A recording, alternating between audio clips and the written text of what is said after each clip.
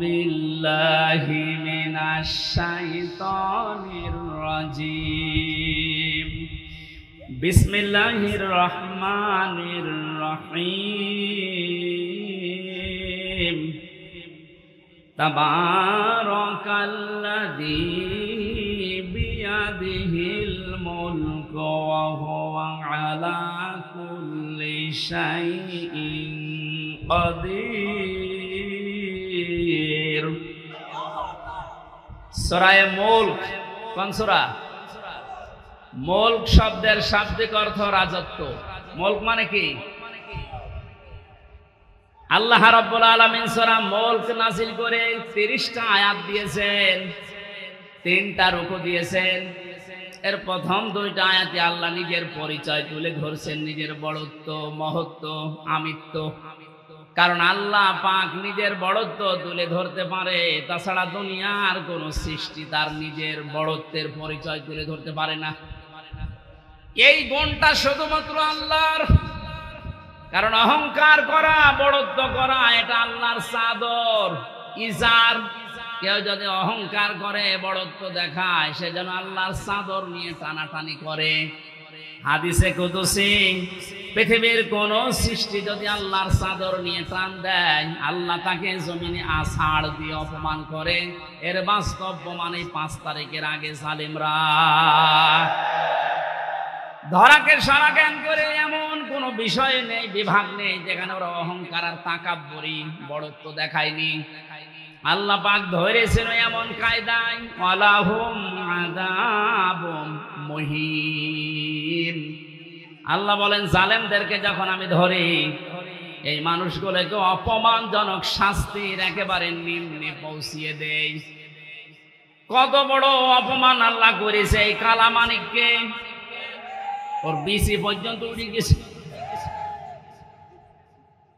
আর কি দেখাবে আল্লাহ? যেদিন ওর বিসি উড়ে যায় সেই দিন আমি শুকরিয়া আদায় করেছি, মাবুদ এই লোকটা বিচার ব্যবস্থায় থাকতে যত অবিচার করেছে, ও তো মানুষ ছিল না, একটা টাটকা জানোয়ার ছিল। ওর কারণে যত মানুষ বিনা কারণে দুনিয়া থেকে বিদায় নিয়েছে, মরণের আগে ওই রকম কঠিন শাস্তি ওরে তুমি দিও। একটা দিন যাচ্ছে, ওর শাস্তির মাত্রা বাড়ছে। এখন হাসপাতালের বেডে দেখেন পড়ে আছে। বেশি যেহেতু নেই, বাকি জিনিসগুলোর অবস্থাও মনে হয় নড়বড়ে। কথা বলেন না কেন? জালেমদেরকে আল্লাহ এইভাবে ধরে, মরতে দেরি হবে জালেমদের। কোরআনে কারীম জানাচ্ছে, লাহুম মিন জাহান্নামা মিহাদু ওয়া মিন ফাওকিহিম গাওয়াশ ওয়া কাযালিকা নাজিজিজ যালিমিন। সূরা আরাফের 41 নম্বর আয়াত। আল্লাহ পাক বলেন এই মানুষগুলোকে, হে নবী আপনি যখনই কবরে রাখবেন এই জালেমদের, ওদের কবরের উপরে আমি আল্লাহ জাহান্নামের আগুনের পোশাক দিয়ে দেব, বিছানাটাও হয়ে যাবে জাহান্নামের আগুনের। কারণ এইভাবে করে আমি জালেমদেরকে একটার পরে একটা শাস্তি দিতে থাকি। এজন্যে আল্লাহর যে বিষয়টা সাজে, বড়ত্ব করা, অহংকার করা, এটা যেন কিয়ামতের আগে কেউ করবেন না। তাহলে আছাড় দেবে কে? আরো জোরে বলেন কে? আল্লাহ আছাড় দিতে পারে না? পারে না? বলেন। আরো দেখবেন কি আছাড় দেবে আপনাকে। আর 5 তারিখের আগেও আপনার যে দাপট ছিল, 5 তারিখে বিকাল 5টা বাজতে বাজতে আল্লাহ একেবারে মাটির সাথে মিশিয়ে দিয়েছে। ওনার বাড়ি দেখতে গিয়েছিলাম, সে দেখি ইট খুলে খুলে নিয়ে মানুষ চলে যাচ্ছে। ওর পরের দিন 6 তারিখে আমার অনুষ্ঠান ছিল ঝিনাইদহ। শুনলাম ওখানে এক জালেমকে উলঙ্গ করে পিটিয়ে মেরে টাঙিয়ে রেখেছে। একটা মানুষের উপরে কত ঘৃণা জন্মালে লাশ পর্যন্ত পিটিয়ে টাঙিয়ে রাখতে পারে বলেন তো? এই জন্য এমন কোন জীবন যেন আমরা গঠন না করি যে পৃথিবীর কেউ কোনো আফসোস করে না আমি মারা গেলে। ফামা বাকাত আলাইহিমুস সামাউ ওয়াল আরদু ওয়া মা কানু মুনজারিন। এই পৃথিবীতে এমনও মানুষ বিদায় নেয়, তার জন্য আকাশও কাঁদে না, জমিনও কাঁদে না, ইন্না লিল্লাহ কেউ পড়ে না। আমাদের জীবন আমরা এভাবে তৈরি করব না। আল্লাহ এই জন্য বড়ত্বের কথা দিয়ে আরম্ভ করলেন, তাবারাকাল্লাযী বিয়াদিহিল মুলক। আল্লাহ বলেন বড়ত্ব বরকতময়, সম্পদশালী, শক্তিশালী, সব কিছু আমি আল্লাহর কুদরতি হাতের ভেতরে। ওয়া আলা কুল্লি শাইইন কাদির, সব কিছুর উপরে একচ্ছত্র ক্ষমতা আমি আল্লাহর, আর কারণে এ বিশ্বাসটা যার ভেতরে যত বেশি জন্ম নেবে সে তত বেশি বিনয়ী হবে। আর এই বিশ্বাস যার ভেতরে যত বেশি কম থাকবে ওই মানুষগুলো তত উগ্র হবে। কথা বলেন ঠিক কিনা?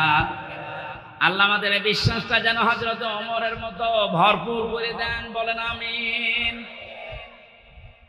তাবারাকা শব্দটা দিয়ে আল্লাহ আরম্ভ করলেন কেন? মানুষ যে সমস্ত বিষয়ে আল্লাহকে দোষ দিতে পারে, সমস্ত দুর্বলতা, অক্ষমতা, দোষ, যত রকমের আয়েব আছে সব থেকে আমার আল্লাহ নিজে মুক্ত, পবিত্র। এজন্য তাবারাকা দিয়ে তিনি আরম্ভ করেছেন আয়াতটা। আল্লাহ নিজের পরিচয়, বড়ত্বের কথাগুলো মানুষকে শোনাচ্ছিলেন, হঠাৎ করে আলোচনার ধরন পাল্টিয়ে ফেলেছেন। এবার আল্লাহ আরম্ভ করলেন মানুষের জীবন সংক্রান্ত বিষয় নিয়ে। আল্লাযী খালাকাল মাউতা ওয়াল হায়াতা লিয়াবলুয়াকুম আইয়ুকুম আহসানু আমালা ওয়া হুয়াল আজিজুল গফুর। রব্বুল আলামিন বলেন তিনি সে আল্লাহ এতক্ষণ যার বড়ত্বের, মহত্বের, বিশালত্বের কথা শুনছিলেন, যেটা বলে কোনোদিন কিয়ামতের আগে আর শেষ করা যাবে না।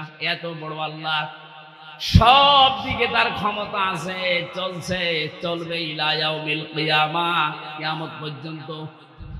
এবার আল্লাহ আস্তে করে আলোচনার ধরন পাল্টিয়ে তিনি বললেন তিনি সে আল্লাহ যিনি তোমাদের মউত আর হায়াত বানিয়েছেন, যেন তিনি পরীক্ষা করতে পারেন তোমাদেরকে, তোমাদের ভেতরে কে সবচাইতে বেশি ভালো কাজ করে তার কাছে যেতে পারে। ওয়াল আজিজুল গফুর, তিনি হচ্ছেন আজিজ এবং গফুর। এই ছিল বাংলা অর্থ। এবার আসেন আমরা ব্যাখ্যার দিকে যাচ্ছি। আল্লাহ বানিয়েছেন সর্বপ্রথম মানুষের মউত, তারপরে হায়াত। আল্লাহ হায়াত না বলে আগে মউতের কথা কেন দিলেন? মুফাসসির লিখেছেন তাফসিরে, মানুষকে আল্লাহ এটা স্মরণ করাতে চেয়েছেন, পৃথিবীর মানুষেরা তুমি যত উপরে ওঠো না কেন এ কথা সব সময় মনে করবা, স্মরণ রাখবা যে তোমার মরা লাগবে। এজন্য আল্লাযী খালাকাল মাউতা দিয়েছেন। 2 নম্বরে ওয়াল হায়াতা, তোমাদের হায়াত আমি আল্লাহ বানিয়েছি। তাফসিরে মুফাসসির দিয়েছেন হায়াত প্রধানত 5 প্রকার। কয় প্রকার? 1 নম্বরে আমরা একটা হায়াতে ছিলাম, আলমে আরো আর হায়াতে, এই জগতে আমরা বসবাস করেছি। ওখান থেকে আল্লাহ আমাদেরকে পাঠিয়েছেন আলমে বুতুন, মায়ের পেটের জগতে। এরপরে আমাদেরকে এখানে দিয়েছেন আলমে দুনিয়া, এই পৃথিবীর জগতে। এরপরে আরেকটা জায়গায় নিয়ে যাবেন আলমে বারজাখ, কবরের জগতে। এরপরে সর্বশেষ একটা জগৎ আরম্ভ হচ্ছে, শুরু হবে, শেষ হবে না, আলমে আখিরাত। তাহলে মউত আল্লাহ আগে দিয়েছেন স্মরণ করাতে যে বান্দা যাই করো মরা লাগবে। হায়াত আল্লাহ 5 প্রকার বানিয়ে 2টা আমাদের থেকে বিদায় নিয়েছে, সামনে 2টা আছে, আমরা মাঝখানেরটায় আছি। এখান থেকে বোঝা যায় সামনে পেছনে যেহেতু 2টা চলে গেছে, সামনের 2টা হায়াত আমাদের কাছে মাস্ট বি, বারজাখ আর আখিরাত আসবে। কথা বলেন ঠিক কিনা? যেহেতু মাঝেরটা আছে, এ জগতের কাজ হচ্ছে লিয়াবলুয়াকুম, তিনি তোমাদেরকে পরীক্ষা করতে চান। আইয়ুকুম আহসানু আমালা, তোমাদের ভেতরে সবচেয়ে বেশি ভালো কাজ করে কে আসতে পারে। কুষ্টিয়াবাসী খেয়াল করেন আল্লাহর এই কথাকে, তিনি কিন্তু বেশি বেশি কাজ চাননি, তিনি চেয়েছিলেন ভালো কাজ। কি কাজ?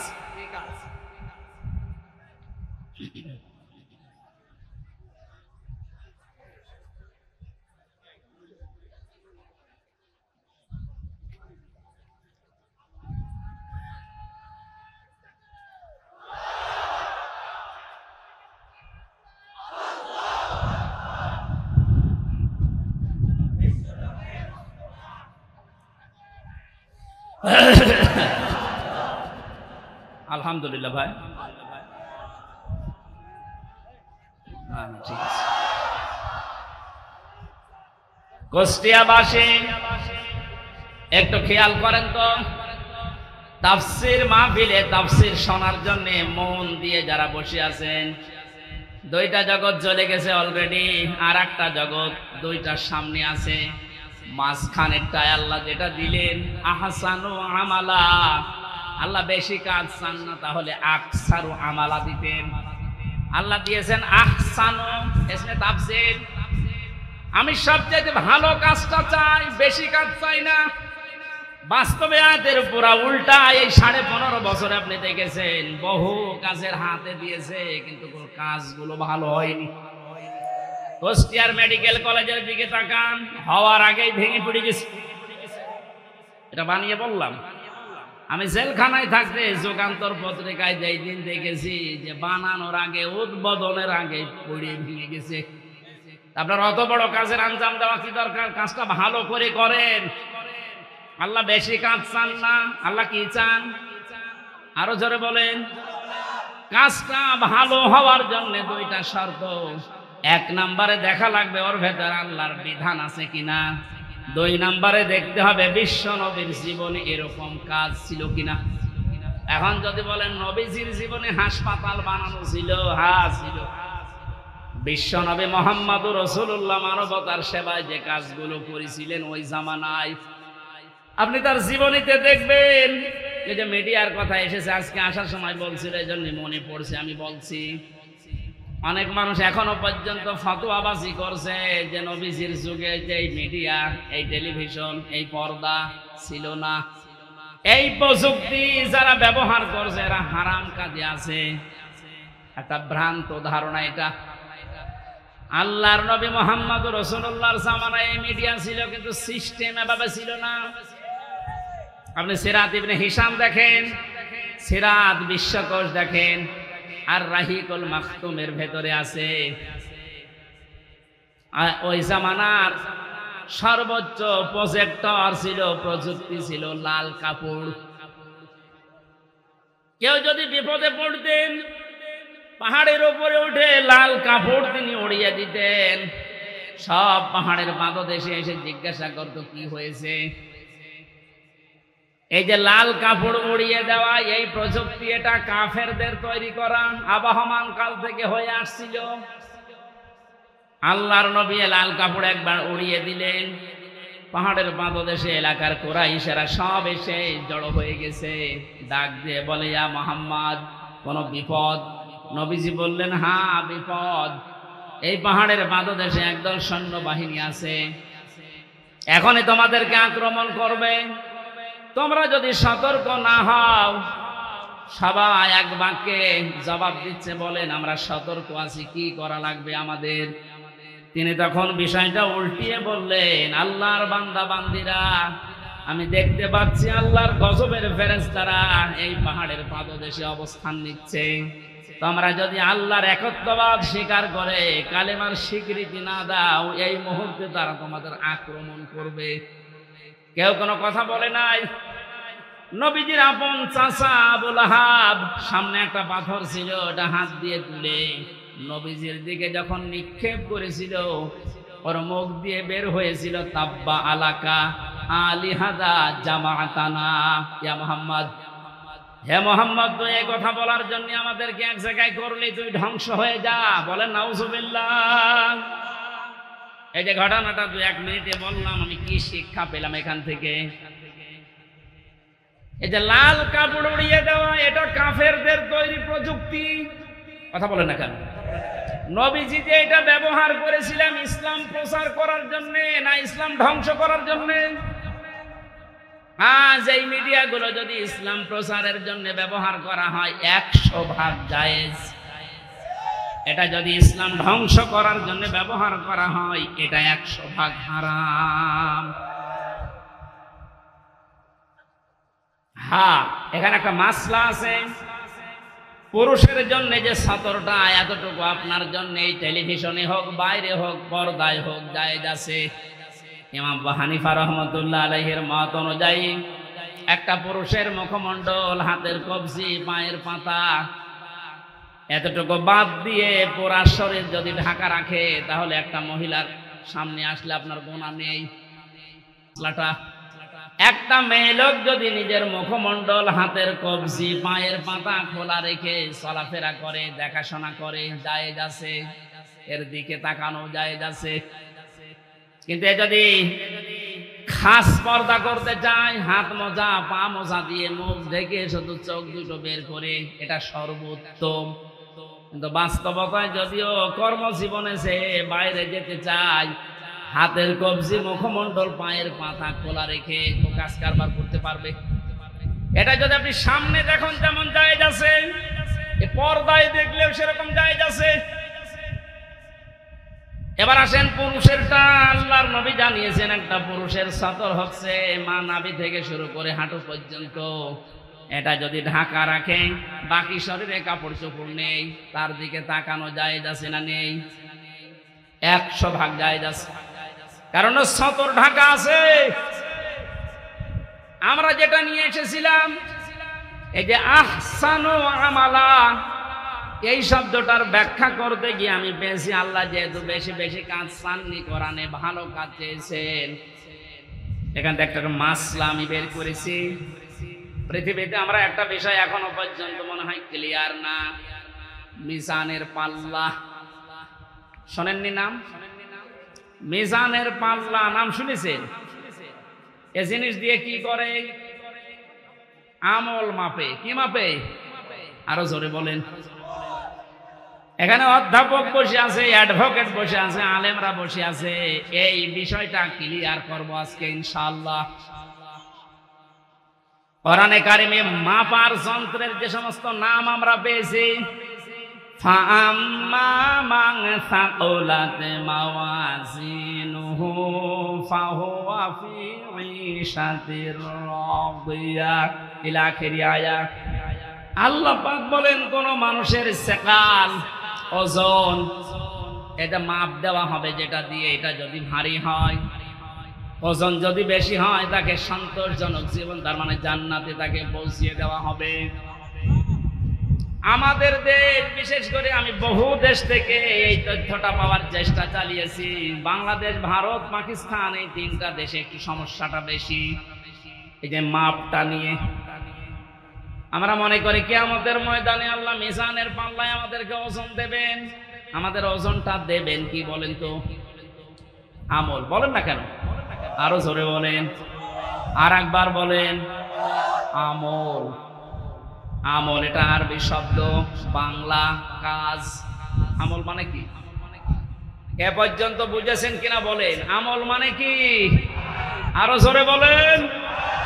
এবার আমার প্রশ্ন অধ্যাপক সাহেবের কাছে। পৃথিবীর প্রতিটি জিনিস পরিমাপ করার জন্য আলাদা আলাদা যন্ত্র আছে। আমি যদি বলি স্যার এই স্টেজটা একটু মেপে দেন, এটা দাড়ি পাল্লায় তুলে দেবে। কি দিয়ে মাপবে? ফিতা দিয়ে। বলেন বলেন। যদি এখন বলি যে 1 কেজি চাল মেপে দেন, ওটা ফিতা দিয়ে মাপবে। কি দিয়ে? বলেন। এই যে এখানে পানি আছে, এই পানি যদি ওনারে মাপতে দেয়, উনি ফিতা দিয়ে মাপবে। এটার জন্য লিটার আছে, সিসি আছে। কথা বলেন না কেন? দুনিয়ায় যত জিনিস দেখবেন, প্রতিটি জিনিস পরিমাপ করার জন্য আলাদা আলাদা যন্ত্র আছে। আপনি যে এতক্ষণ বলছেন যে কিয়ামতে আল্লাহ মাপবে, আমল কি মাপবে?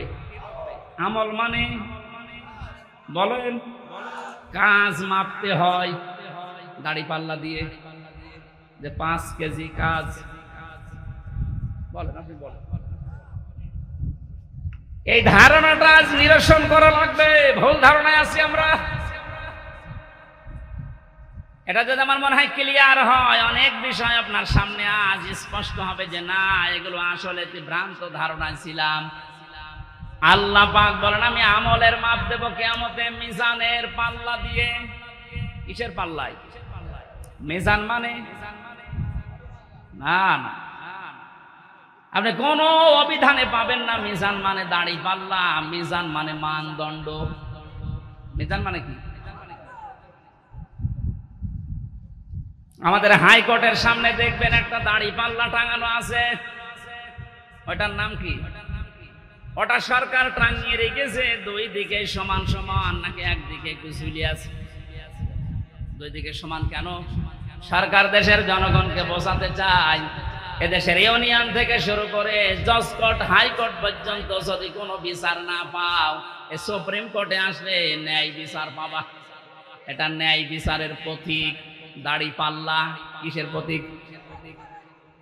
আমাদেরকে যেহেতু আল্লাহ মাপবেন, আপনি বলছেন আমল, আমল মানে কাজ। আর এখানে কোনো পাগলেও বিশ্বাস করবে না কাজ মানুষ দাড়ি পাল্লায় তুলে দেয় যে 8 কেজি কাজ। এ কথা বলে না কেন? কাজ মাপার জন্য আলাদা কোনো যন্ত্র আছে? কাজ মাপে মানুষ কি দিয়ে? সে মানদণ্ডটা কি? সিসি দিয়ে মাপে না, লিটার দিয়ে মাপে না, ফিতা দিয়ে মাপে না, গজ দিয়ে মাপে না, কেজি দিয়ে মাপে না। কাজ মাপতে হলে লাগে গুরুত্ব। কি লাগে? কাজ মাপতে হলে গুরুত্ব লাগে। এ কাজটা গুরুত্বপূর্ণ এবং গুরুত্বহীন। যতগুলো ইবাদত আল্লাহ দিয়েছেন 550-র উপরে ইবাদত আমি পেয়েছি। প্রতিটি ইবাদতের ভেতরে কিছু গুরুত্বপূর্ণ জিনিস আছে আর কিছু ইবাদতে গুরুত্বহীন জিনিস আছে। এই যে আজকের এই প্যান্ডেলটা, এটার গুরুত্বপূর্ণ বিষয় হচ্ছে খুঁটি আরে সামিয়ানা। কথা বলছেন না কেন? এখানে গুরুত্বহীন অনেক জিনিস আছে। এই যে এইটা, এই টেবিল, এই লাইট, এই যে ফুল ফুল চলছে, এই ক্যামেরা, এগুলো না হলে কেউ স্টেজ বলবে না, বলবে না। কিন্তু খুঁটি আর সামিয়ানা না থাকলে স্টেজ বলবে। তাহলে এখানে দুইটা গুরুত্বপূর্ণ জিনিস পেয়েছি, আর গুরুত্বহীন জিনিস আরো 7-8টা পেয়েছি। কথা বলেন ঠিক কিনা? আল্লাহ পাক কোরআনে কারিমে যেগুলো গুরুত্বপূর্ণ দিয়েছেন, ওগুলোর একটাও যদি আপনি না মানেন, বিশ্বাস না করেন, গুরুত্বহীন যত কাজ করেছেন ওগুলো যদি দুনিয়া ভর্তি করা হয়, দাড়ি পাল্লা, মানদণ্ড, গুরুত্ব যাই ওজন করেন, সব শূন্য, জিরো জিরো হবে। এবার উদাহরণ একটা একটা করে সেট করছি, দেখছি মেলে কিনা। আমরা যারা নামাজ পড়ে আসলাম এশার, নামাজের ভেতরে বাইরে মিলে ফরজ ছিল কয়টা? আর জোরে 13টা ফরজের 12টা ফরজ অধ্যাপক শহীদুল ইসলাম আদায় করেছে, একটা আদায় করেনি। ওনার নামাজের সওয়াব হবে 12টা। কয়টা হবে? কিচ্ছু হবে। 13টা ফরজের যদি একটা বাদ দিয়েছে, উনি যদি বলেন না আমি তো 12টা আদায় করেছি, অন্তত 12টা সওয়াব দেন, হবে? কি হবে? জিরো, শূন্য, কিচ্ছু হবে। এটা যেমন মেনে নিলেন যে হ্যাঁ এটা ঠিক আছে, আপনার বাস্তবতার সাথে কিন্তু এটা মিলছে না। আমি 12টা আদায় করলাম, একটা করি নাই, আমার 12টা সওয়াব দেন। আপনি এখানে জোর করতে পারবেন আল্লাহর সাথে? বলেন। কারণ গুরুত্বপূর্ণ জিনিস, খুঁটি না থাকলেও এটা স্টেজ না, এ সামিয়ানা না থাকলেও স্টেজ না। হ্যাঁ, ওয়াজিব আছে, যেটা যদি কেউ ভুল করে 1টা 2টা, তাহলে তারা জরিমানা দেওয়া লাগে, সশস্তা দেওয়া লাগে, এটা দিলে আবার পূর্ণ হয়ে যায়। কিন্তু যেটা খুঁটি আর সামিয়ানা, এটা যদি আপনার জীবনে না থাকে, কেউ এটাকে স্টেজ বলবে না। কিন্তু 4 কাপ না থাকলে স্টেজ বলবে না, এটা না থাকলে স্টেজ বলবে না। এই কথা বোঝেন? এখান থেকে আপনি মাপেন। জীবনে গুরুত্বপূর্ণ কাজ আল্লাহ এই কোরআনে দিয়েছেন 500। একটা নামাজ, একটা রোজা, একটা হজ, একটা যাকাত, এভাবে 500টা আপনি একটা একটা করে কোরআন থেকে বের করেন। এর ভেতরে দেখবেন একটা আছে, এই পৃথিবীতে আল্লাহর দ্বীন কায়েম করা লাগবে। নামাজ পড়া যদি আপনার কাছে রাজনীতি মনে না হয়, রোজা রাখা যদি রাজনীতি মনে না হয়, দিন কায়েমের কথা যারা বলে এটা রাজনীতি যদি মনে হয় আপনার একটা খুঁটি বাদ চলে গেছে। যান আপনি এবার মাপ দেন তো দেখি আপনি কয়টা সওয়াব পান। আপনি আমল মাপতে এসেছেন, ও মনে করে মিজানের পাল্লা মানে দাড়ি পাল্লা, এদিকে 10 কেজি সওয়াব তুলে দেবো, এদিকে 8 কেজি গোনা তুলে দেবো, মাঝখান থেকে 2 কেজি বেশি। এক লোক ওয়াজ শুনেছিল যে কোরবানির পশমে পশমে সওয়াব হয়, ওর সমর্থ ছিল না, গরু চুরি করে এনে কোরবানি। ইমাম সাহেব তাহাজ্জুদের নামাজ পড়তে উঠে দেখছে গরু নিয়ে যাচ্ছে, এই কোথায় পেলি? গরু চুরি করে নিয়ে যাচ্ছে। কি হবে? কোরবানি দেব। কোরবানি দেবে তাও চুরি করে, বেশি চিল্লাবেন না, আপনার ফতোয়ায় আমি পালন করছি। গত সময় আপনি বললেন যে কোরবানি দিলে এরকম এরকম সওয়াব হয়, প্রতি পশমে পশমে নাকি। আমার তো উপায় নেই, সামর্থ্য নেই, করব কি? সওয়াব থেকে বঞ্চিত হতে পারবো না, চুরি করে নিয়ে আসলাম গরু।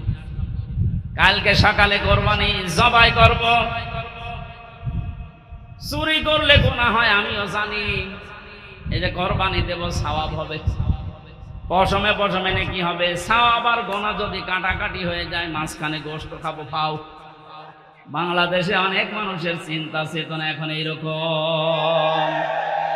500টা ফরজ বিধান আমল, এর 499টা করে, আর একটা কথা শুনলে তখন জঙ্গি, জিহাদ, রাজাকার, উল্টাপাল্টা নাম দেয়।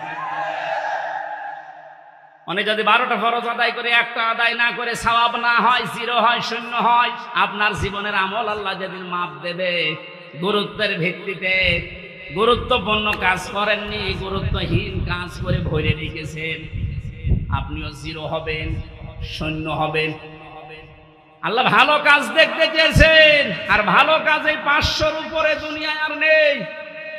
এখন যদি 500 আয়াতের ব্যাখ্যা ভালো কাজগুলো একটা একটা করে করা হয়, আমি যতগুলো ভালো কাজ দুনিয়ায় কোরআন থেকে বের করতে পেরেছি, একটা বই আছে, আমি জেলখানার ভেতরে, এডিএম আজহারুল ইসলাম সাহেব আমাকে পাঠিয়েছিল যে হামজা এটা পড়ো, খুব গুরুত্বপূর্ণ তথ্যের ভেতরে আছে। সৌদি আরবের লেখক একজন, প্রোডাক্টিভ মুসলিম। এ বইটার ভেতরে ইংরেজিতে করা, আরবিতে করা ভার্সন দেওয়া আছে। পড়াটা পড়ে এই 3 বছরের ভেতরে 7-8 বার আমি শেষ করেছি।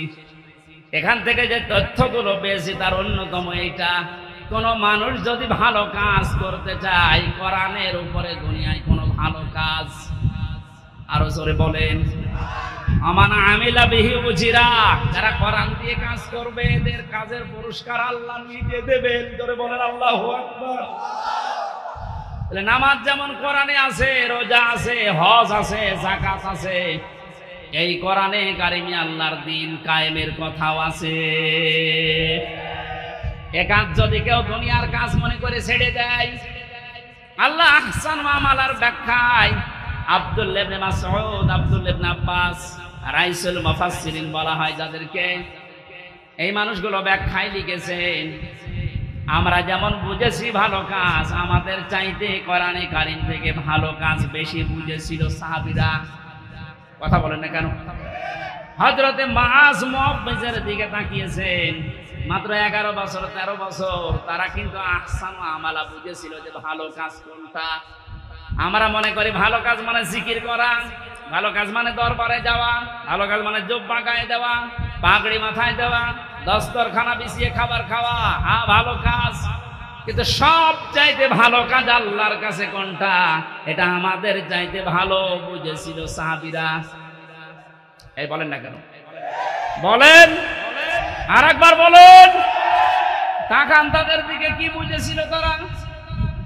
এতটুকু বয়সে আল্লাহর দিন কায়েমের জন্য নিজের হাঁটুর উপরে, পায়ের গোড়মোড়ের উপরে ভর করে বসা হয়েছে, যেন আমি জিহাদের ময়দান থেকে বাদ না পড়ি। আল্লাহর দিন কায়েমের জন্য এত চেষ্টা চালিয়েছে যে এইটাই ভালো কাজ। আর আমরা এখান থেকে যত পিছতে পারি, ফাঁকি দিতে পারি, তত নিজেকে ধন্য মনে করছি। আহুয়াল আজিজুল গফুর। আল্লাহ বলেন এই কাজ করলে 2টা নাম আমি ব্যবহার করলাম। তাহলে আমার আলোচনার বিষয় হচ্ছে পৃথিবীর যত ভালো কাজ আছে সব চাইতে আল্লাহর নিকটে ভালো কাজ হচ্ছে আল্লাহর জমিনে আল্লাহর এই বিধান পালন করা। কথা বলেন না কেন? এটা যতদিন পর্যন্ত রাষ্ট্রীয়ভাবে কায়েম করতে না পারবেন, ইচ্ছা করলেও আপনি ভালো কাজ করতে পারবেন না। এ কাজ করতে গিয়ে যদি ভুল ত্রুটি হয়ে যায়, কোন দোষ ত্রুটি হয়ে যায়, আল্লাহ বলেন আমি আজিজুল গফুর, আমি তোর জন্য গফুর হয়ে দেখা দেব, অপরাধগুলো মাফ করে দেব। আর যদি ফাঁকি দেওয়ার চেষ্টা চালাও, মানুষকে ধোঁকা দিয়ে বোকা বানিয়ে আমি আল্লাহকেও যদি ধোঁকা দিতে চাও, আমি কিন্তু আজিজ, পরাক্রমশালী। আমি ধরি না এমনিতে, কিন্তু যদি ধরি ওরে আর ছাড়ি না। ভালো কাজ বলতে আল্লাহ যেটা বুঝিয়েছেন, রাসূল যেটা বুঝেছেন, সাহাবীরা যেটা পালন করেছেন, আমাকে সহ প্রত্যেককে আল্লাহ এই ভালো কাজে আঞ্জাম দেওয়ার তৌফিক দিন, বলেন আমিন। এতদিন যারা কোরআনের বিচার ব্যবস্থা কায়েম না করে শুধু মুখে বলে উড়িয়েছিল যে আমরা ন্যায় বিচার কায়েম করেছি, এটা ডাহা মিথ্যা কথা। এর বাস্তব প্রমাণ আমি নিজে। 3 বছর আমাকে অন্ধ প্রকোষ্ঠে রেখে দিয়েছিল। কয়েকদিন আগে আমার মামলা সব খারিজ হয়ে গেছে, আপনারা জানেন। আমি মনে করলাম জিজ্ঞাসা করে বিচারপতিকে যে এতদিন পর্যন্ত আপনার এই আদালতে আমার মামলা আসতো যেত, কি আপনি একদিনও দেননি, আজকে যে একেবারে খালাস করে দিলেন? উনি হয়তো এই কথাই আমাকে বলতো যে হুজুর আমার হাত বাঁধা ছিল। কি বাঁধা ছিল? আজকে যেহেতু হাত খোলা পেয়েছি, কোনো চাপ নেই, আমার কোনো চিন্তাও নেই। সুতরাং এই দেশটাতে ন্যায় বিচার কায়েম করতে হলে এ দেশে যত চাপ আছে উপরের, সব চাপ বন্ধ করা লাগবে। ছাত্র জনতা জীবন দিয়েছে যে 9টা কারণে, তার ভেতরে এটা অন্যতম, যে কোনো চাপ থাকবে না। কিসের চাপ? জেল থেকে বের হওয়ার পরে আমি এই ভাড়ামারা এসেছিলাম, কোন জায়গায় যেন, আমাকে বলছে হুজুর উপরের চাপ আছে, হবে না। আমিও বলেছিলাম আপনার চাপ সর্বোচ্চ। এ জেলার যিনি দায়িত্বে আছেন, আমাদের মাননীয় এমপি, যিনি পালিয়েছেন, ওই পর্যন্ত। আর আমার চাপ তো সরাসরি আরশ পর্যন্ত। আরশ থেকে ঘোষণা এসেছে আল্লাহর পক্ষ থেকে, ইন্নাল্লাযীনা ইয়াকতুমুনা মা আনজালনা মিনাল বায়্যিনাতি ওয়াল হুদা মিন বা'দি মা বায়্যানাহু লিন-নাসি ফিল কিতাব উলাইকা ইয়ালআনুহুমুল্লাহ ওয়া ইয়ালআনুহুমুল লাঈনুন। সূরা বাকারা 159 নম্বর আয়াতে আছে। 2 নম্বর পারার 3 নম্বর পৃষ্ঠা 4 নম্বর লাইনে পাবেন তাফসিরে ইবনে কাসির আর ফি জিলালিল কোরআনের ব্যাখ্যা। আল্লাহ পাক বলেন, নিশ্চয় যে বা যারা গোপন করছে ভবিষ্যতেও করবে। ইয়াকতুমুনা, এই শব্দটা আল্লাহ গঠন করেছেন, বানিয়েছেন 2টা কাল দিয়ে, বর্তমান, ভবিষ্যৎ, প্রেজেন্ট, ফিউচার। তার মানে এখন যারা আমরা গোপন করছি, ভবিষ্যৎ বলতে কিয়ামত পর্যন্ত আমরা যারা এই কোরআনের কথা জানার পরেও গোপন করে রাখবো। আল্লাহ পাক বলেন, এই মানুষগুলোর উপরে আমি আল্লাহ নিজে না, আমার যত সৃষ্টি জগৎ আছে সবাই এর জন্য লানত দেয়, বরদোয়া করে। আপনি কোরআনের কথা প্রচার করতে আসতে গেলে বলতেন উপরের চাপ আছে, আপনার চাপ খুব বেশি হলো এই পর্যন্ত। তা আমাকে যিনি চাপ দিয়েছেন তিনি আমার মালিক, এমন কড়া কথা জানিয়েছেন। কোরআন জানার পরে যদি কেউ গোপন করে রাখে, এর সঠিক কথাগুলো, হক কথাগুলো না বলে, শুধু আল্লাহ নিজে না, যত সৃষ্টি আছে সব তার জন্য বরদোয়া করে, বলেন নাউজুবিল্লাহ।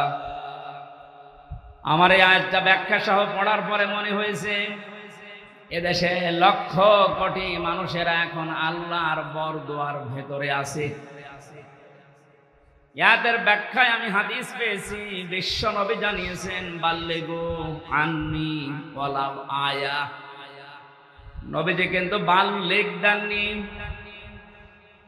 কুষ্টিয়াবাসী, এখানে আমার মনে হয় অনেক আলেম এসেছে, 2 পাশে বসে আছে, স্টেজে আছে। বাল্লিগু বহু বচন দিয়েছেন। এ বাল্লিগুর ভেতরে হামজা যেমন আছে, অধ্যাপক শহীদুল ইসলাম নেই। আসতে বলেন। আজকের আলম সাহেব নেই। এ পৃথিবীতে যে আল্লাহ বলে একজন আছে স্বীকার করে, সেই বাল্যগুর ভেতরে শামিল। তোমরা প্রচার করো সবাই মিলে, আন্নি আমার পক্ষ হতে, ওয়ালাউ আয়া, যদি একটা আয়াত তোমাদের জানা থাকে। প্রাণ প্রিয় কুষ্টিয়াবাসী, আপনাদেরকে আমি বাঁচাতে চাই। কোরআনের চোখ লাগিয়ে দেখতে পাচ্ছি এই হাদিসটা কিয়ামতে আমাদের বিরুদ্ধে যাবে।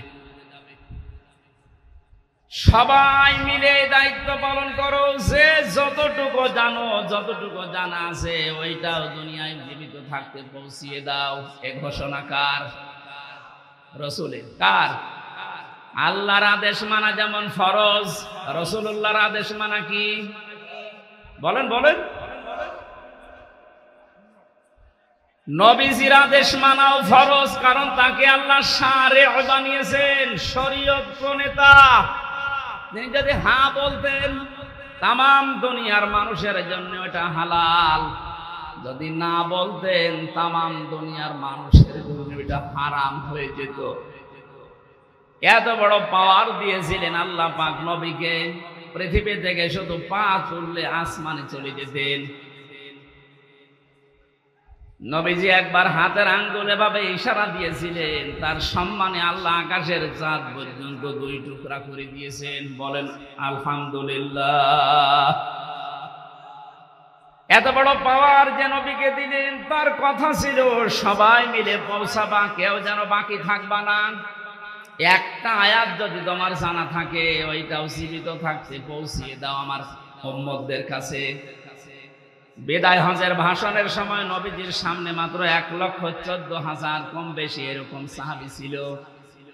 নবীজি জানিয়েছিলেন, আজকে যারা উপস্থিত আছো, যে মানুষগুলো আমার সামনে নেই, কিয়ামত পর্যন্ত দুনিয়ায় যারা আসবে, আজকের এই 27টা পয়েন্টের কথাগুলো সব মানুষের কাছে পৌঁছিয়ে দেবে।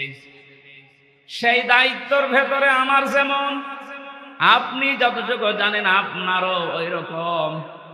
এটা ফরজ মনে করে যদি আজ আমরা সবাই এই দায়িত্বটা নামাজের মতো পালন করতাম, যে যতটুকু জানি আমি প্রচার করব, বাংলাদেশে কোরআনের অনুষ্ঠানে কেউ বাধা দেওয়ার সাহস পেত না।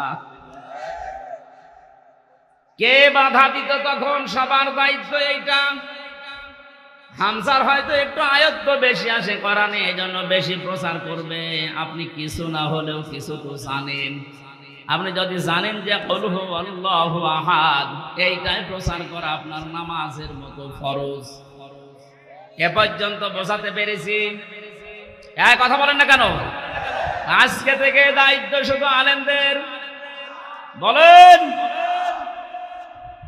যে যতটুকু জানেন ওইটাই প্রচার করবেন, তাহলে এই দেশে কেউ আর কোরআন প্রচারে বাধা দেওয়ার সাহস দেখাবে না ইনশাআল্লাহ।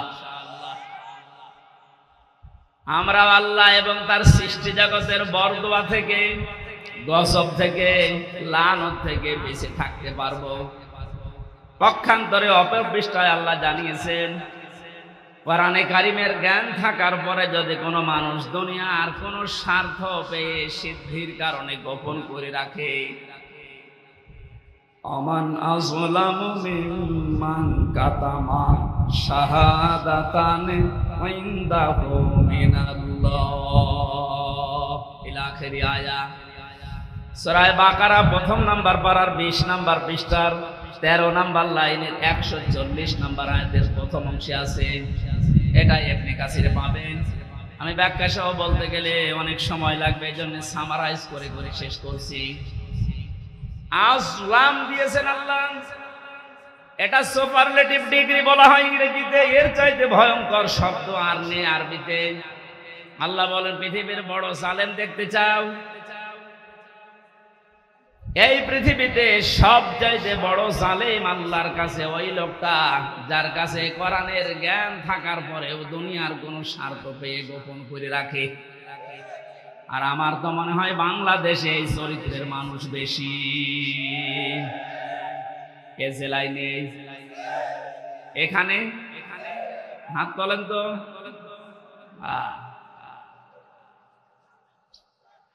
আপনি আল্লাহর ভাষায় বড় জালেম হয়ে উঠবেন কিয়ামতে। আমি সেদিন মিরপুরে জালেমের ব্যাখ্যায় বলেছিলাম, জালেম এই শব্দটা এত ঘৃণিত আল্লাহর কাছে, আল্লাহ নিজে জালেমদের বিরুদ্ধে মামলা দায়ের করবে।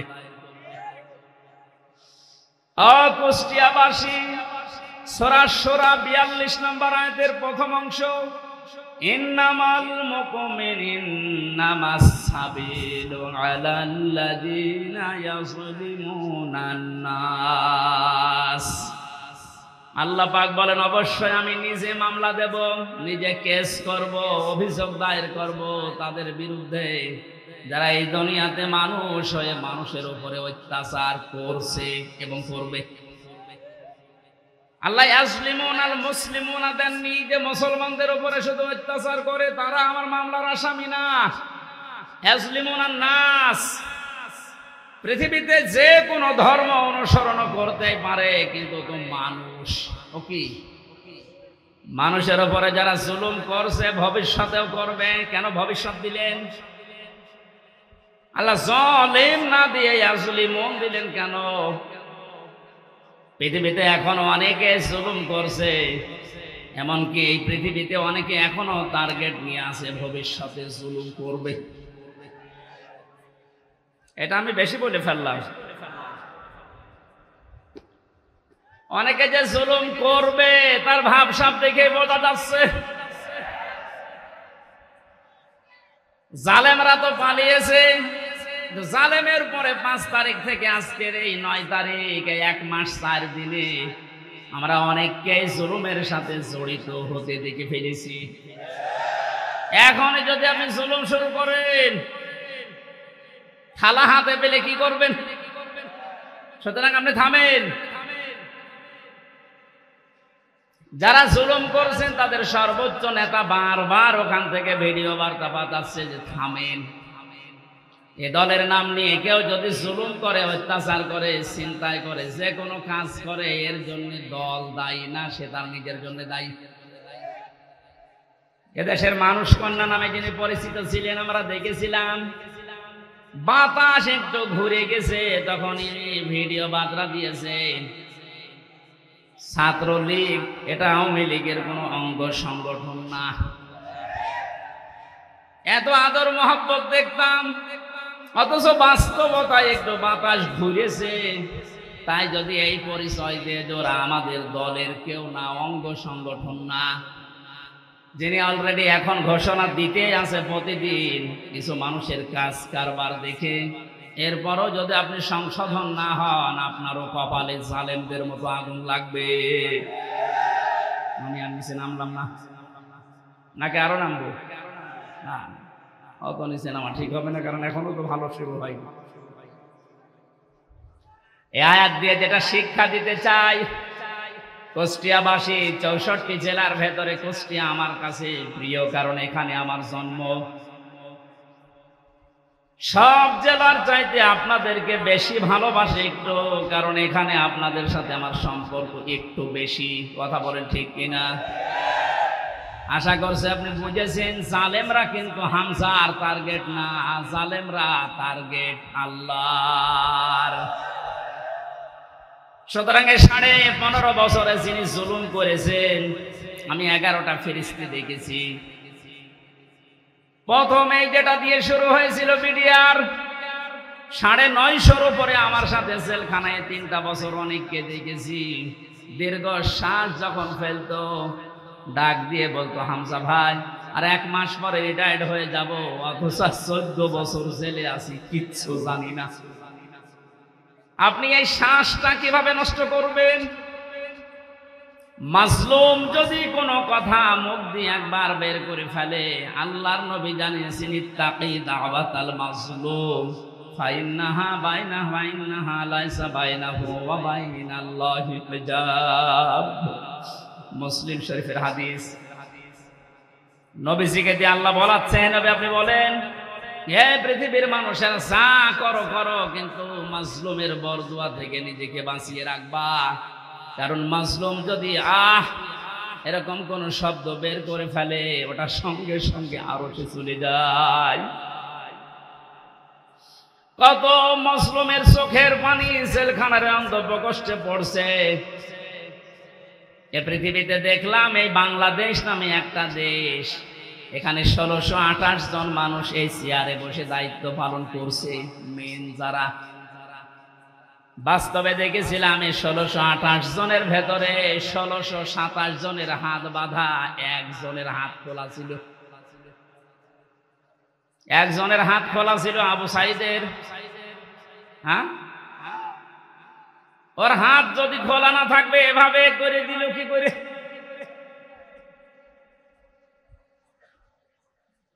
হাইকোর্টের বিচারপতি পর্যন্ত যদি বলে যে না, হামজার মামলা, মামুনুল হকের মামলা হবে না, ওপরের নির্দেশ, তোর চেয়ারে বসে থাকার দরকার, কিন্তু ভ্যান চালা। আপনি বলেন, একটা হাইকোর্টের বিচারপতি যদি একথা বলতে পারে, বিচার ব্যবস্থা কিভাবে বাধা ছিল আপনি টের পাচ্ছেন? একটা দেশ কত বড় দুর্নীতিগ্রস্ত হয়ে গেলে জাতীয় মসজিদের ইমাম পর্যন্ত পালিয়ে যায়। আর কার নাম বলবেন? জাতীয় মসজিদের ইমামও পালিয়ে গেছে।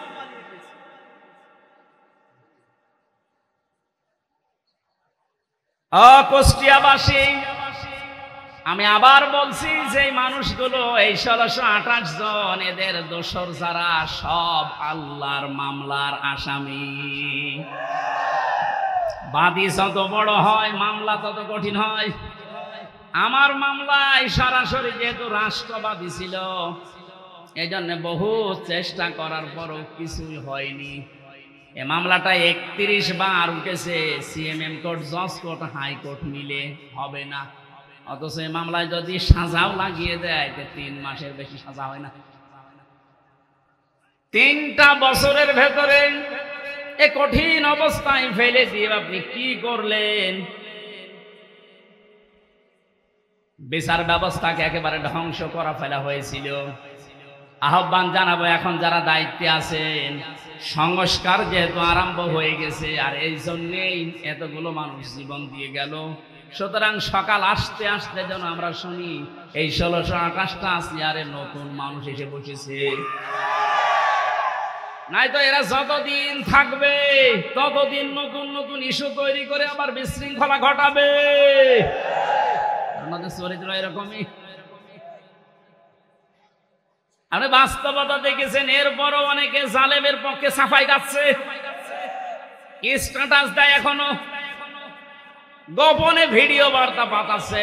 আপা, আপনি পাল্টাবেন না, আপনি ঘাবড়ায়েন না, আমরা আছি। আপনি ঘাবড়ালে আমরা নরম হয়ে যায়। শয়তান তো দেখেনি, ওই ভিডিওতে যারা দেখলাম, আমার মনে হয় শয়তান যদি আমি দেখতাম তো ওই রকমই হতো।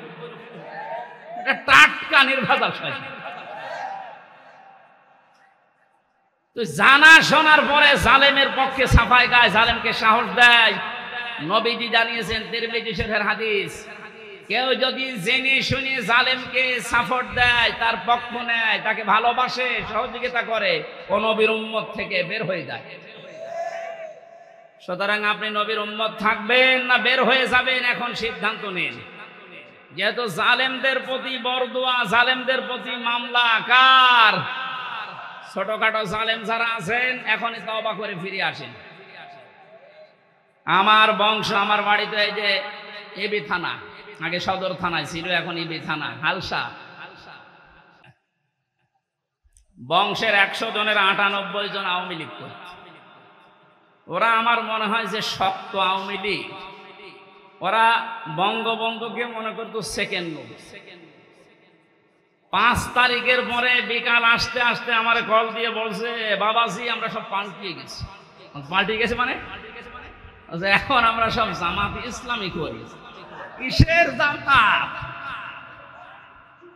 আপনি যা করেছেন এই 15.5 বছর আগে, ওটা শোধ হবে, এরপরে জামাত ইসলাম।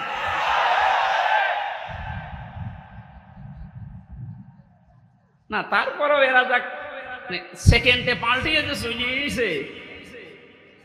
এই জন্য যারা ছোটখাটো জালেম আছেন, হালকা পাতলা, আপনারা আশা করছি ফিরে আসবেন। নয়তো মৃত্যুর গড়গড়ানি শুরু হলে জালেমদের কিন্তু আর কালেমাও নসিব হবে না। বেঈমান হয়ে আবাদান আবাদান চিরকালের জন্য জাহান্নামে থাকা লাগবে। কথা বলেন ঠিক কিনা?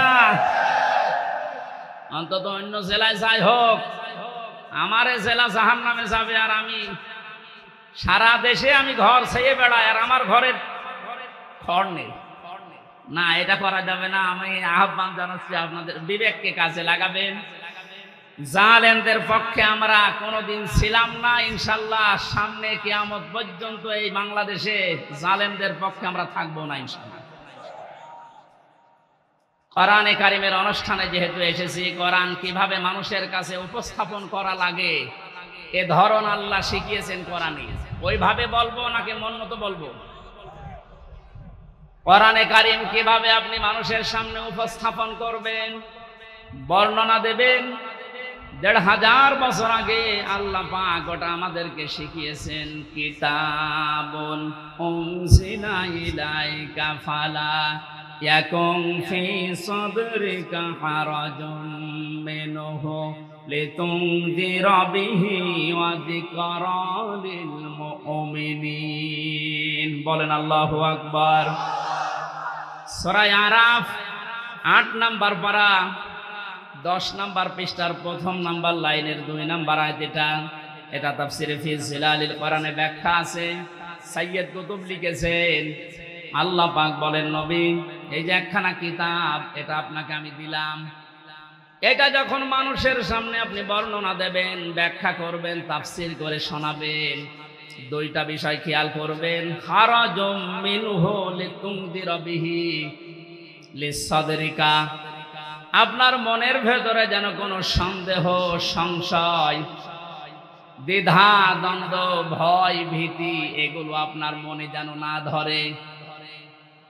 ওয়া যিকরা লিল মুমিনিন, কোরআন এই দেশে এই পৃথিবীতে মুমিনদের জন্য উপদেশ। এই আয়াতের ভেতরে হারাজন শব্দের ব্যাখ্যাটা ইম্পর্টেন্ট। এইদিকে তাক। হারাজনের ব্যাখ্যায় আমি ২টা অর্থ পেয়েছি। হে নবী, আপনি যখন কোরআনের কথা বলতে যাবেন, অনেক মানুষ আছে না বোঝার কারণে আপনার উপরে মন খারাপ করতে পারে। এরকম মানুষ নেই দেশে? কথা বুঝতেছেন? কোরআন যেভাবে আল্লাহ উপস্থাপন করেছেন, যেভাবে তিনি বর্ণনা দিয়েছেন, ওই ফোর্সে যদি বর্ণনা দেওয়া হয়, অনেক মানুষের সীমিত জ্ঞানের কারণে ওই বক্তব্য বুঝবে না। সেটা উল্টা পাল্টা ধারণা আপনার উপরে আসতে পারে যে হুজুর মনে হয় রাজনীতি করছে। এরকম ধারণা দেশে নেই। দ্বিতীয় নম্বরে, আবহমান কাল থেকে এমন এমন নিয়ম নীতি মানুষ ইবাদত মনে করে পালন করে আসছে, যেটা আসলে ইসলামে নেই, কোরআনে নেই, হাদিসে নেই, কিন্তু মানুষ ইসলাম মনে করে পালন করে আসে। আপনি কোরআনের ব্যাখ্যা দিলে ওইগুলো টিকবে না, তখন ওই মানুষগুলো আপনার প্রতি মন খারাপ করবে। এর বাস্তব প্রমাণ এই যে মাজার আছে না, ঈশার মাজার, যেন সে জেসাই হোক, কোথায় পেয়েছেন এসব মাজার? কিছু মানুষের মাজারের প্রতি এত মহব্বত, আমার মনে হয় বিশ্ব নবীর উপর এত মহব্বত নেই। কিয়ামতের ময়দানে ২ প্রকার মানুষকে আল্লাহ সব চাইতে বেশি অপমান করবেন। তার ১ নম্বরে দুনিয়ায় যারা মাজারের খাদেম ছিল। আরে কুষ্টিয়াতে ২ জায়গায় খাদেম বেশি, গোলাপ শাহ, লালন শাহ। আর জায়গা পান না খেদমত করার। কথা বলে না কেন? মাজার কেন্দ্রিক যদি ইসলাম হতো, এই পৃথিবীতে সর্বোত্তম মাজার হচ্ছে মুহাম্মদ রাসূলুল্লাহটা। ওখানে তো কাউকে আমি কোনোদিন টাকা দিতে, মোমবাতি দিতে, আগরবাতি দিতে দেখি না। কোন কারণে আপনি এখানে এই সমস্ত কাজ কারবার করেন? লা তাত্তাখিযুল কুবুর মাসাজিদা, কবরকে সেজদার জায়গা বানিও না। অথচ লালনের মাজারে যে দেখেন এখনো অনেকে সেজদায় পড়ে আছে। এইটাই আমি একদিন গিয়েছিলাম, কিভাবে শিরিক চলছে। কোরআন দিয়ে হাদিস দিয়ে বললে বাংলাদেশে ৪৮,০০০ মাজার, একটাও টিকবে না। আজকে দেখলাম ২টা মাজার অলরেডি বড় বড়, যেগুলো সবচাইতে বেশি ইনকাম হতো, দেওয়ানবাগি, আর ওদিকে 8 রশি ভেঙ্গে গুড়িয়ে দিয়েছে। শিরক যে দেশে চলে ওই দেশে আল্লাহর রহমতের দৃষ্টি আল্লাহ তুলে নেয়। আমার তো মনে হচ্ছে যেভাবে দেশ থেকে এখন শিরক আস্তে আস্তে আরম্ভ হচ্ছে দূর হওয়া, আল্লাহর রহমত এই দেশটা আল্লাহ ভরে দেবে ইনশাআল্লাহ। কোন মৃত মানুষের প্রশংসা করা 3 দিনের উপরে জায়েজ নেই। ভালো করে শোনেন, আমি বানিয়ে বলছি। যত আপনজন হোক, মারা গেলে 3 দিনের পরে আপনি আর শোক পালন করতে পারবেন না। 3 দিন পরে শোক পালন করা জায়েজ নেই কারো কেউ মারা গেলে। হ্যাঁ, বিধবা মহিলা স্বামী মারা গেলে সর্বোচ্চ 3 মাস 10 দিন বিবাহ ছাড়া থাকতে পারবে। আপনার কি আত্মীয় হয় গোপালগঞ্জের ওই লোক? কবে মারা গেছে এতদিন পর্যন্ত আপনার শোকই যায় না।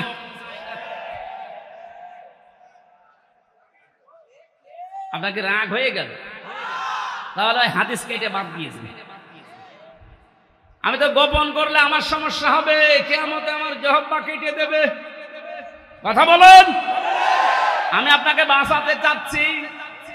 যেহেতু ইবাদত 1 দিন 2 দিন 5 দিন না, ওয়া'বুদ রাব্বাকা হাত্তা ইয়াতিয়াকাল ইয়াকিন। সূরা হিজরের 99 নম্বর আয়াত 14 নম্বর পারার 6 নম্বর পৃষ্ঠার 5 নম্বর লাইনে আছে। আল্লাহ বলেন ইবাদত করবা 2 দিন 5 দিন না, যতদিন মরণ না আসে ততদিন। এটা যদি একটা ইবাদতের কথা বলছি, শোক পালন করা জায়েজ নেই 3 দিনের উপরে। এজন্য ইমাম হোসাইন মারা যাওয়ার পরে আজও যারা শোক পালন ছাড়েন না, আপনি ইসলামে নেই। এটা একটা বেদাত। এক কথা বলেন না কেন? আপনার মহব্বত ইমাম হোসাইনের প্রতি এত বেশি যে হাই হোসেন করে পিঠের চামড়া তুলে ফেলছেন। তো ওনার তো আর একটা ভাই ছিল হাসান, উনি মারা গেছে বিষ খাইয়ে। একটু বিষ খান তো দেখি। পুরাটা বাটপারি এটা। ইমাম হোসাইনকে নিয়ে যদি এই মানুষগুলো আবেগ দেখি এরা বাটপারের পর্যায়ে পড়ে, পৃথিবীতে ইমাম হোসাইনের পর আর কে এত দামি থাকতে পারে যে তার জন্য আপনাকে বছরে বছরে মাসে মাসে দিনে দিনে শোক পালন করা লাগবে? এটা ইসলাম না। ইসলামের ভেতরে নতুন করে আপনি এটা সংযোজন করেছেন, আপনি বেদাত পন্থী। নবীজি জানিয়েছেন কেউ যদি বেদাত আরম্ভ করে, ইবাদত না অথচ ইবাদত মনে করে পালন করতে বলে, ওই লোকটাকে সালাম দেওয়া পর্যন্ত সাইজ নেই। কত বড় কঠিন কথা দেখেছেন। যারা বেদাত আবিষ্কার করে তাদের সালাম দেওয়া জায়েজ নেই। অথচ এমন হাদিস আমি কোনোদিন পড়িনি, পাইনি যে নামাজ পড়ে না তারে সালাম দেওয়া যাবে না। পেয়েছেন? কেউ পেয়েছেন? নেই। রোজা রাখে না তারে সালাম দেওয়া যাবে না, আমি পাইনি। কিন্তু ইসলামের ভেতরে নতুন করে কিছু ঢুকিয়ে কেউ যদি ওইটা ইসলাম মনে করে পালন করে তারে সালাম দেওয়া জায়েজ নেই। আর এগুলো সব বেশি হয় এই 48,000 দরবারে। এই জন্য শিরক যখন এই দেশ থেকে বিদায় নিচ্ছে, আল্লাহ রাব্বুল আলামিনের রহমত এ দেশে বৃষ্টির মতো নাজিল হবে ইনশাআল্লাহ।